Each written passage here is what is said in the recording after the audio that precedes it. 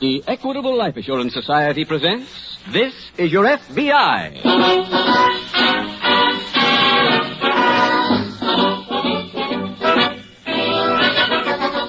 This is Your FBI, the official broadcast from the files of the Federal Bureau of Investigation. Presented as a public service by the Equitable Life Assurance Society of the United States and the Equitable Society's representative in your community.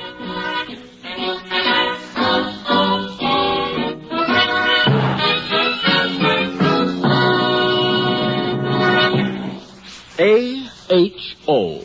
A-H-O. When my husband died, AHO saved our home for the children and me. AHO stands for Assured Home Ownership. It's the name of a unique plan created by the Equitable Life Assurance Society. A low-cost first mortgage is combined with life insurance protection. So the homeowner gets extra security during his lifetime. And if he should die, his widow inherits her home free and clear. In just 14 minutes, the Equitable Society will give you further information. Please listen carefully for more details on this ideal plan for homeowners offered by the Equitable Life Assurance Society of the United States.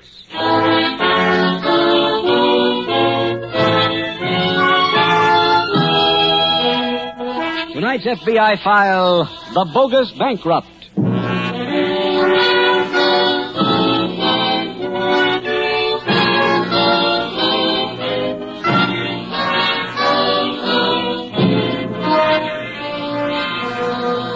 5 months of this year have run through their course. And so perhaps it is time to stop and examine what they have brought in the way of developments in the war against crime. Last year saw more major crimes committed in the United States than had ever been committed in the long history of the nation. And unfortunately, it is necessary to report to you at this time that while the figures are still incomplete, it is safe to say that there has been no cessation in the activities of the American criminal. He is still the scourge of the country, and by his cheating, robbing, and killing, he is costing the people a sum that runs into the hundreds of millions of dollars each year. Whether we can afford such a loss year after year is something for the economists to decide. But a fact has been revealed about the American crime bill, a bill paid for by each of you law-abiding citizens, which should give you some insight into its size. That fact is that in the past 12 months, the crime bill for this nation exceeds that spent for education. That is not a random comparison, for there is a definite connection between those two figures. Improve the facilities for education. See to it that teachers are not paid $500 a year, as some of them were last year. And you will have struck a blow against crime, a blow from which it would have difficulty recovering.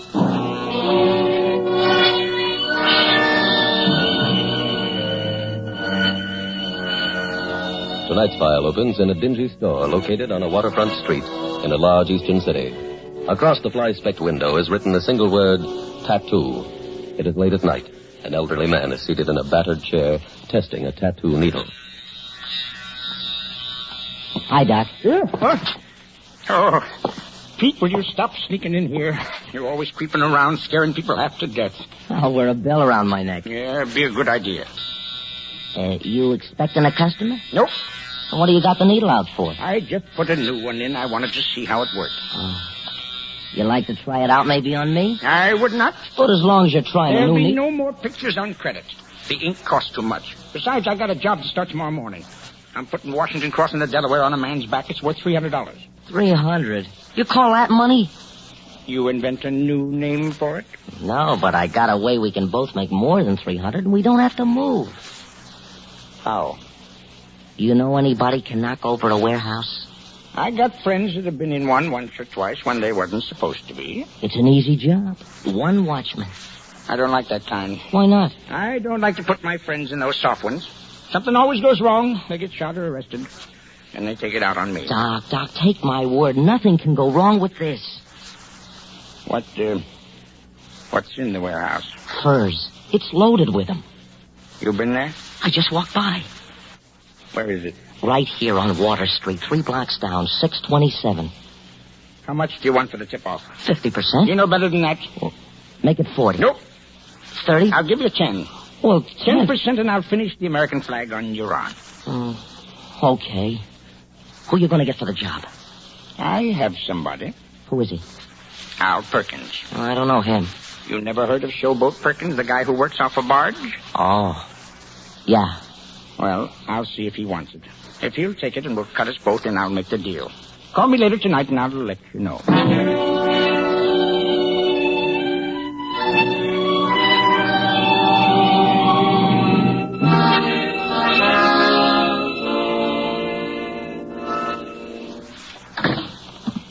You, Tom? Yes, dear.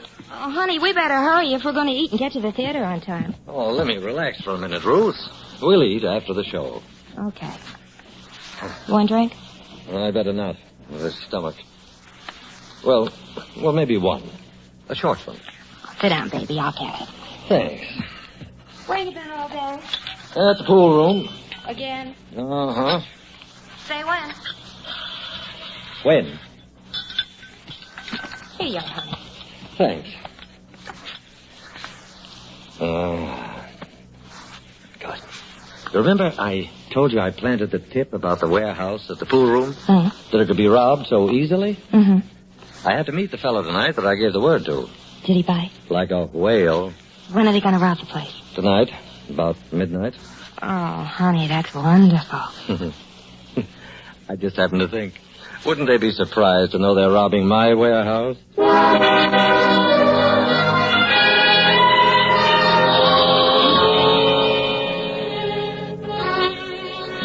The next morning, at the local FBI field office, Special Agent Jim Taylor approaches the desk of Agent Ray Brown. Hello, Ray. Oh, hi, Jim. You're a stranger over in this part of the office. Well, I won't be from now on. We're working together. Fine. What's the deal? Bankruptcy. Oh, one of those, huh? Mm-hmm. A man named Tom Hennison started a men's clothing store in the Midwest 8 months ago. He got $46,000 worth of stock on consignment, and shortly after the goods arrived, there was a bad fire. That sounds familiar. Yeah. Well, Hennison went through bankruptcy, and it wasn't until he was gone that the fire department reported that so far as they were able to ascertain, the store had been empty at the time of the fire. Any of the clothes been recovered anywhere else? No, not yet. The office out there is still working on that angle. How do we get in on it, Jim? Well, the office got a lead that Hennison came here when he left town. Have hotels and rooming houses been checked? Well, they're being contacted now, but I doubt that we'll get anything right. Why? Well, if he came here to repeat his pattern, he'll take an apartment someplace or possibly rent a house. This build-up takes a little time. Yeah, that'll make him tougher to find, all right. Well, Ray, we've got a list of every real estate agent in town. Hennison may have rented a place for one of them. Uh-huh. So let's cut the list in half and start alerting them.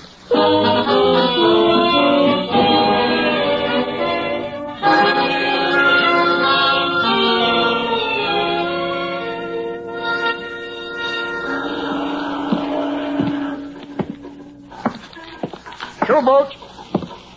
Showboat! Who is it? Doc Jones. Come aboard. Where are you? They're up forward. Oh. Hi, Showboat. Hi, Doc.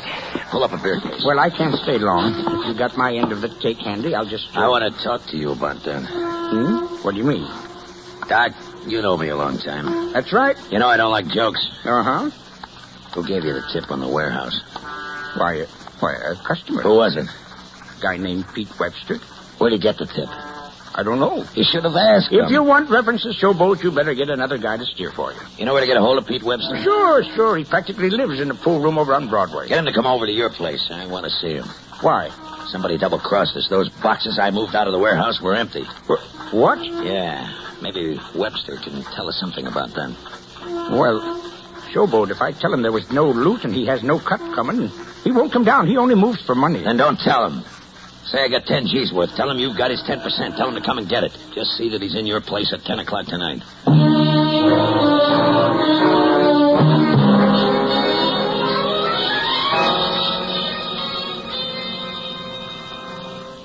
I've just checked my list of real estate agents, Ray. No luck. I drew a blank, too, Jim. Oh, that picture we requested of Hennison came in a little while ago. Good. Maybe that'll be some help. Well, I spoke to the SAC about giving it to the papers. He put thumbs down on the idea. Why? Well, he doesn't want Hennison to know that we have any notion that he's here in town. It might scare him off. I see. By the way, is Henderson married? According to the report we got, yeah. Is he traveling with his wife? As far as we know. How about a description on her? No, we've got one, a bad one. All the report says is that neighbors described her as being a tall blonde. That's not much help. We might have a picture of her in a few days, though. From where? Well, the report said they were newlyweds. So I sent a request to the Office of Origin asking them to check all photographers on the chance that one of them took some wedding pictures. That might work. Ray, something else just occurred to me. What's that? If Henderson engineered that fire in his store and previously removed the stock so he could sell it elsewhere after his bankruptcy, he must have had some place to store the stock. Yeah, I'll go along with that. And now if he's following the same pattern, maybe he's got a warehouse rented here. That could be. Okay, let's get a list of all the warehouses. See that the owners of every one of them gets a copy of Henderson's picture. Unless he's changed his appearance, we might get a break.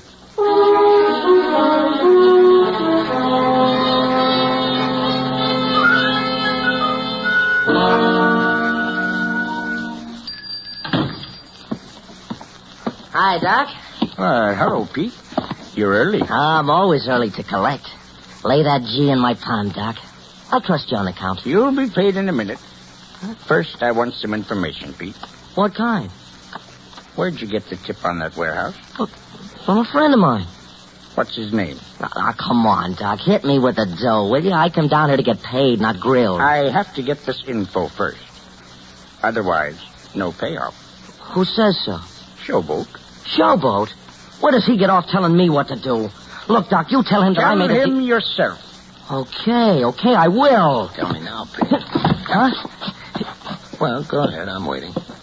Look, Showboat, I didn't mean anything. Honest, I wasn't putting a knock on you. I was only saying Start that... talking. About what? Who gave you the tip? I don't know his name. You believe him, guy? Nope. Neither do I. I don't like guys with bad memories. Well, I can't help it. I don't remember. You told Doc he was a friend of yours. You mean you got so many friends you don't remember who they are? No, I don't remember. Wait. I'll tell you. Surprising how that helped his memory. All right, let's hear it. His name is Tom Gregory.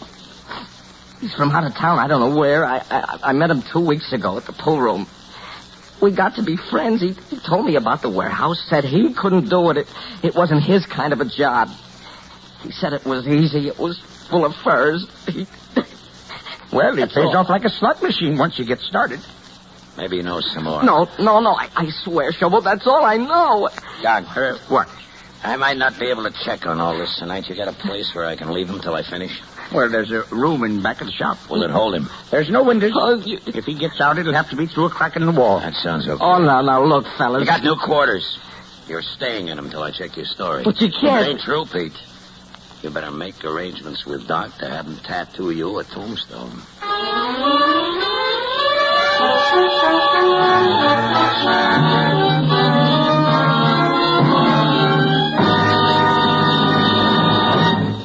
We will return in just a moment to tonight's file, which shows how your FBI protects American citizens and American homes. Now a word about a plan which not only safeguards the owner during his lifetime, but also continues to protect his widow if he should die. Here's a typical example. A widowed mother writing a letter to her boy in college. Dear John, it was wonderful of you to offer to leave college so that you could help support your little brothers and sisters. But you won't have to.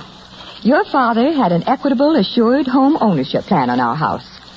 I knew if he should die, the mortgage would be canceled and I'd own my home free and clear. But I didn't realize the Equitable Society also returns every cent. Your father paid them to reduce the mortgage during his lifetime. Today, I got an unexpected check for over $5,000. So you see... Her husband didn't have just an ordinary mortgage. His Equitable Society Assured Home Ownership Plan combines a low-cost first mortgage with life insurance protection. In addition to safeguarding a man's family, the Equitable Society's plan offers him many other advantages. First, a growing cash fund is created. It is there to use whenever serious illness or unemployment threatens home ownership. Second, this cash fund may be employed to cancel the mortgage well ahead of schedule.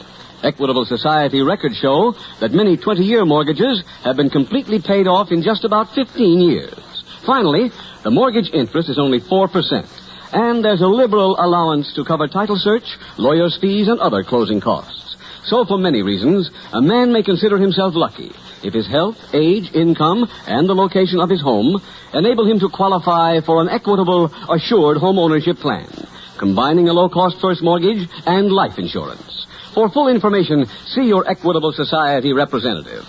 Or write the Equitable Life Assurance Society of the United States.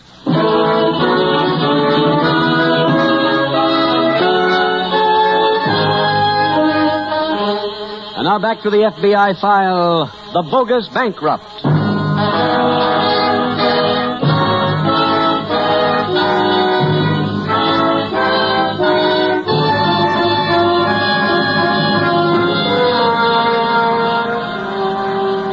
In tonight's case from the files of your FBI, you meet 5 criminals.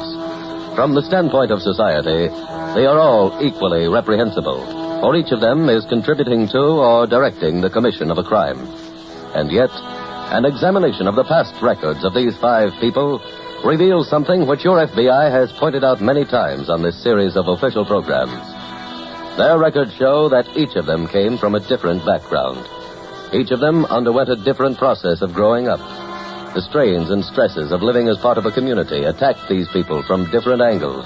And yet, at this particular segment of time, they are met and joined together in crime.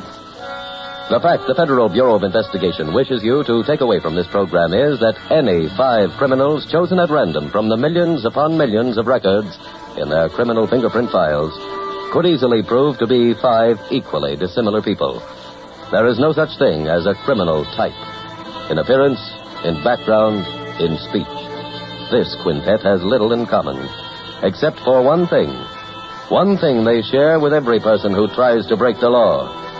That common possession is a grim future.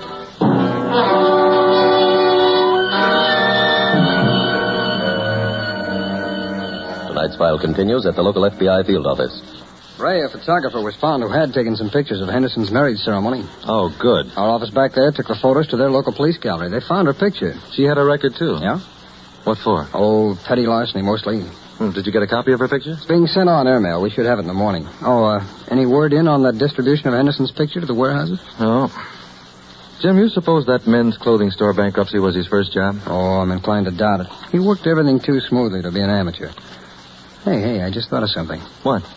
When that picture of Henderson's wife comes in, we can check milk companies, all outfits that handle home deliveries. Mm-hmm. If they're living in an apartment or a house, they must be getting things delivered. Yeah, I'll check on that first thing in the morning, Jim. Oh, pardon me. Yeah, sure.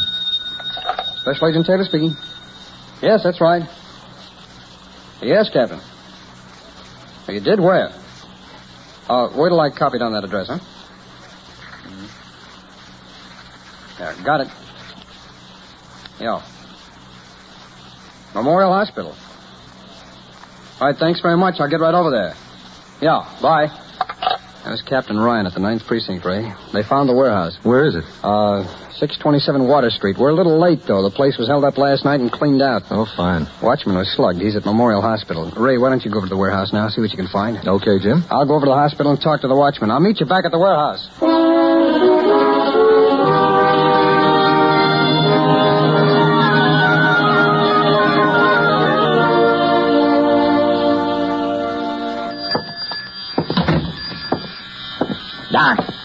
Doc. I'll be right with you, showboat.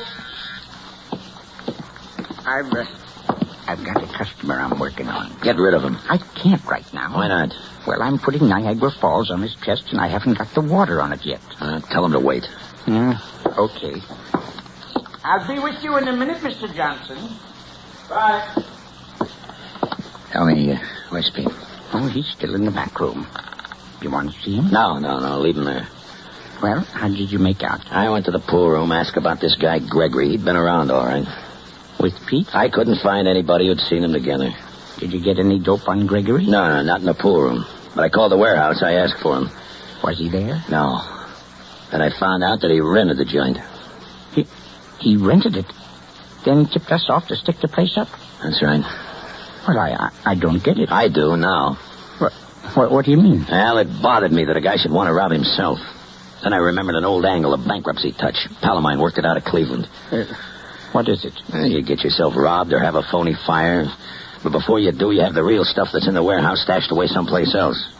Then you declare yourself broke. And go bankrupt? That's right. Well, how do you know that's what this guy did? I had somebody check on who's gone bankrupt. Gregory's name was on the top of the list. Well, he really put one over on us. No, he just thinks he did. I'm not playing sucker for anybody. We'll catch up with the guy. How? I don't know yet, but we're going to dig it. Look, get rid of that customer. But I've got to finish with him first. Tell him to come back. Now, Showboat, that would be very unprofessional. Tell him they put a dam in the falls. Tell him it's dry this year. Just get rid of him.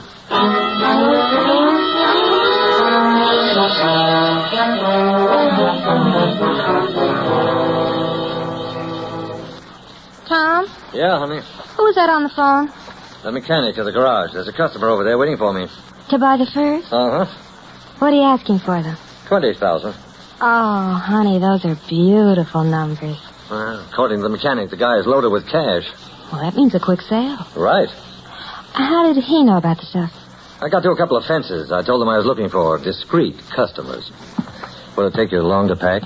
To get out of this town? I should say not. Well, get with it then.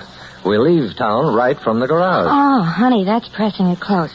I tell you what, why don't you go over, close the deal, and then pick me up? Now, honey, let's do it my way now. Go on, start packing.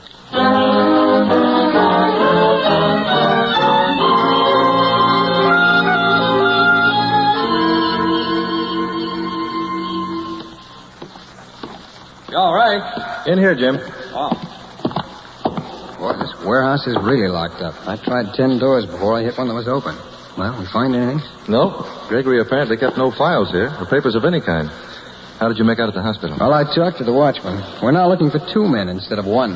Oh, what was his story? He was alone last night, then sometime between 11 and 1, a truck pulled up at the front door. He went to see who it was and got slugged. Did he get a look at the man? Yes, and for a change, we got a complete description. That's good. I took it back to the office and asked the folks in our file room to check descriptions of hijackers. Could they help?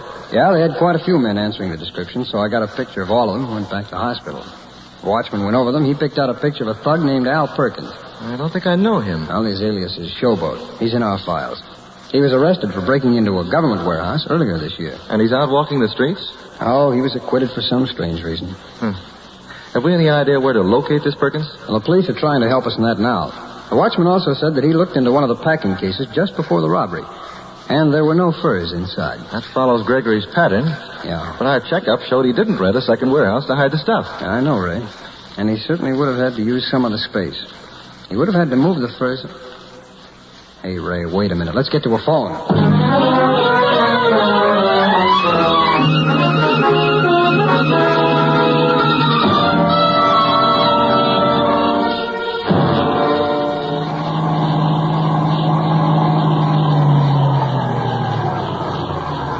You want me to come in with you, honey? No, you stay here. Okay. I'll try to make this a quick deal. Just bring out that cash.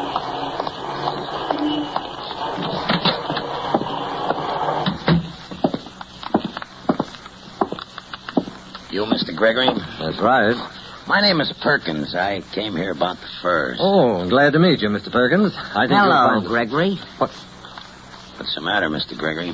What's he doing here? Pete? Oh, just brought him along to make sure Of what? that we had the right guy. You pulled a cute one on me, didn't you? Well, you ain't gonna get away with Pete, let the bravery department to Showboat. We ain't gonna let Shut it. up. Now we can get down to business. I'm afraid I'm not interested in doing business with you, Mr. Perkins. I think it better be. We went to a lot of trouble finding you. Lucky you asked Pete to call you here one day. With a little digging, he remembered the number. That doesn't interest me. It should. You see, I'm the guy who stuck up your warehouse. I'm the guy who fell for your plant. I want to get paid, Mr. Gregory. Why? Because you were stupid enough to fall for the plan? Well, you can call it that if you want to. I'm not giving you anything. Gregory, I'm making the deals here, not you. I'm not impressed by muscle. Oh, no? Well, we'll try some. Anyway!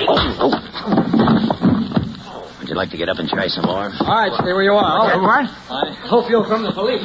These men were robbing me. And you'd prefer it the other way around. And right, Gregory? Hey, who are you? I'm a special agent of the FBI. You're all under arrest.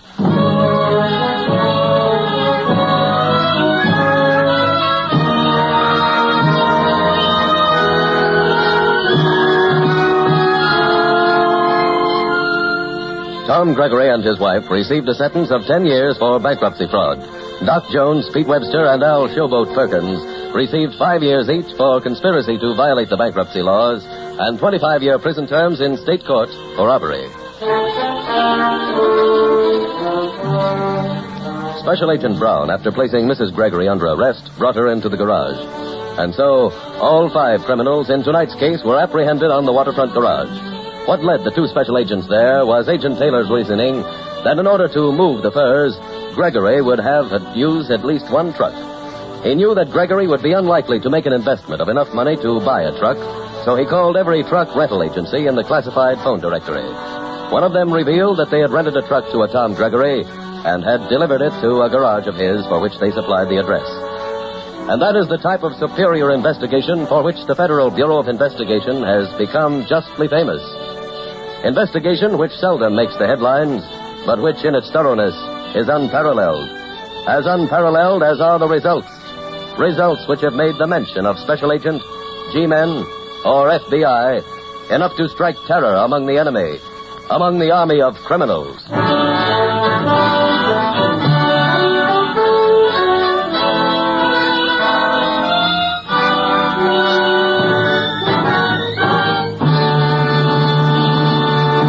In just a moment, we will tell you about next week's exciting case from the files of your FBI.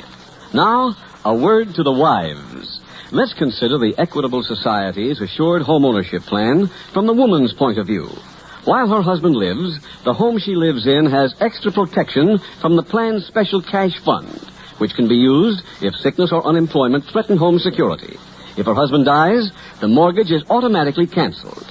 For full information, see your Equitable Society representative without delay, or write care of this station to the Equitable Life Assurance Society of the United States.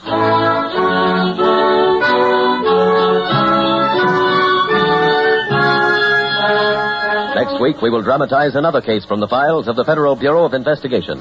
A case revealing the cunning manipulations of a gang of expert swindlers. Its subject, fraud. Its title, The Hungry Wrestler. The incidents used in tonight's Equitable Life Assurance Society's broadcast are adapted from the files of the Federal Bureau of Investigation. However, all names used are fictitious, and any similarity thereof to the names of persons living or dead is accidental. Tonight, the music was composed and conducted by Frederick Steiner. The author was Jerry D. Lewis. Your narrator was William Woodson, and Special Agent Taylor was played by Stacy Harris. Others in the cast were Michael Ann Barrett, George Baxter, Wally Mayer, Charles Maxwell, Charles McGraw, and Sidney Miller. This Is Your FBI is a Jerry Devine production. This is Larry Keating speaking for the Equitable Life Assurance Society of the United States and the Equitable Society's representative in your community, and inviting you to tune in again next week at this same time when the Equitable Life Assurance Society will bring you another thrilling story from the files of the Federal Bureau of Investigation. The Hungry Wrestler on This Is Your FBI. This is ABC, the American Broadcasting Company.